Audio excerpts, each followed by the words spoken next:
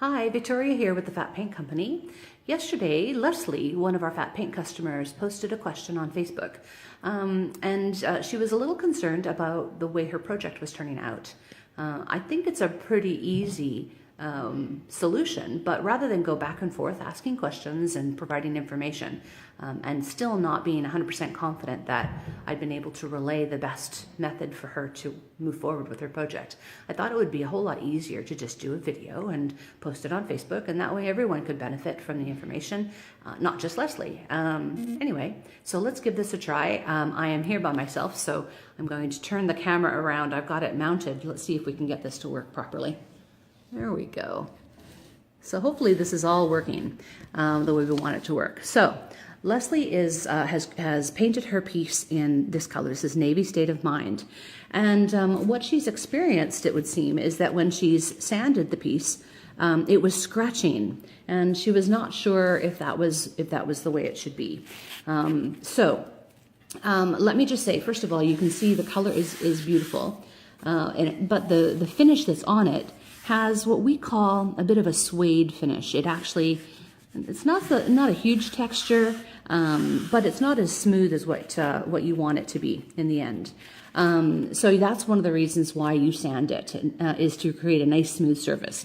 Also, sanding allows you to create any kind of reveal that you might want.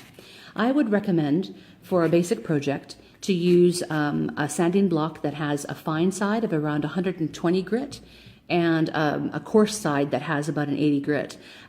For this more finishing work, you don't use the coarse side, or the medium coarse side, you use the fine side, the 120 grit. I also like to have two sanding blocks, and I'll show you why in just a moment. But using the 120, you just go ahead and sand. And so what I suspect Leslie's been experiencing, she says that when she sanded it, it was just simply scratching the surface. So you can see it looks a bit like a scratched surface, but you just keep sanding. You can start off by going in one direction like this, and then you're going to maybe start doing some circles, and your goal is to just sand it, everything like this. You can see it's actually changed the color. And so at this stage, if you're not familiar with what you're doing, you're probably going to start to panic and say, oh my God, what have I done? You can see the difference between the color here and the color where I've sanded. Just do the whole surface. Just sand it all up. Get it all looking chalky like this. Now, the reason I like to have two sanding blocks is if you look closely, you can see that the paint that I've sanded is starting to accumulate in the texture of the sanding block. And right here, for example, is a bit of a glommy spot. Now, what can happen if these start to build up is that you actually do scratch. You may, I should say, create unwanted scratches in your piece. And perhaps that's what Leslie is experiencing as well, is maybe her paper is getting glommed up. So I like to use the second block, rub the two blocks together, and it takes out all of those glommed up spots. Nice clean sanding block, and then I can continue sanding. So my goal is to create a fully sanded flat surface. It doesn't take a lot of time or energy, and before you know it, you're ready to wax. Next, take a cloth and get rid of all of your dust.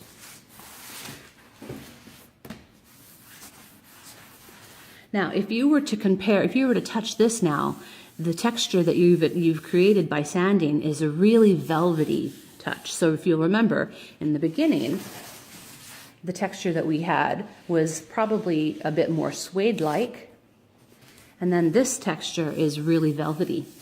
Now what we're going to do is we're going to wax the piece. Just let me grab some wax. Our fat wax is beautiful. It's a beeswax, carnauba wax combination, and it's so soft, and it literally is putting butter on your piece. So I just like to create a bit of a flat spot on my cloth. This is a lint-free cotton cloth. And then I just apply my wax. And so in applying the wax, as you can see, it brings the color back. It removes any of those visible scratch marks. that you think that you might have on your piece. You just apply it.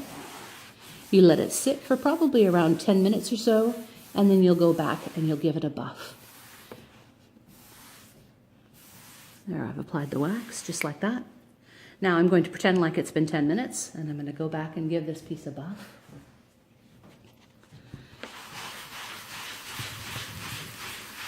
The reason why you're waiting 10 minutes or so is just to allow the mineral spirits that are in the wax to evaporate, leaving the wax behind to start to cure and harden. The mineral spirits that are in fat wax are non-deodorized, which means that there's no aroma that's negative at all. It literally is just a beautiful beeswax smell. But if you've let it sit for 10 minutes and you've given it a buff, then you'll achieve a really subtle sheen. And so now it's going to feel like silk. It's a really beautiful feel. The smooth feel, Leslie, that you're wanting to create. So again, you started off with this and it's feeling a little bit like suede. When you've sanded it, it's felt a little bit like velvet. And then when you're done, it's going to feel like silk. So I hope that answers your question, Leslie. So I would recommend just give everything a really good sand. Make sure that your sanding block doesn't start to get stuff stuck in it. Use your second block to give it a sand and take things out to rub them together. Sand all surfaces nice and evenly. Make sure that you have a nice even kind of that chalky look, and then apply your wax. And I think you'll really be happy with the results. If you have any additional questions, Leslie, don't hesitate to get in touch. Anyone else out there with a question, by all means ask. Every once in a while, I might even be able to do a video like this that will provide the answers to your questions. Hopefully next time I'll have a little bit of help so that you can actually see my face while I'm talking. And then we'll have all those little close-ups and things. Anyway, this has been fun. Again, don't hesitate to get in touch if you have any questions. Thanks.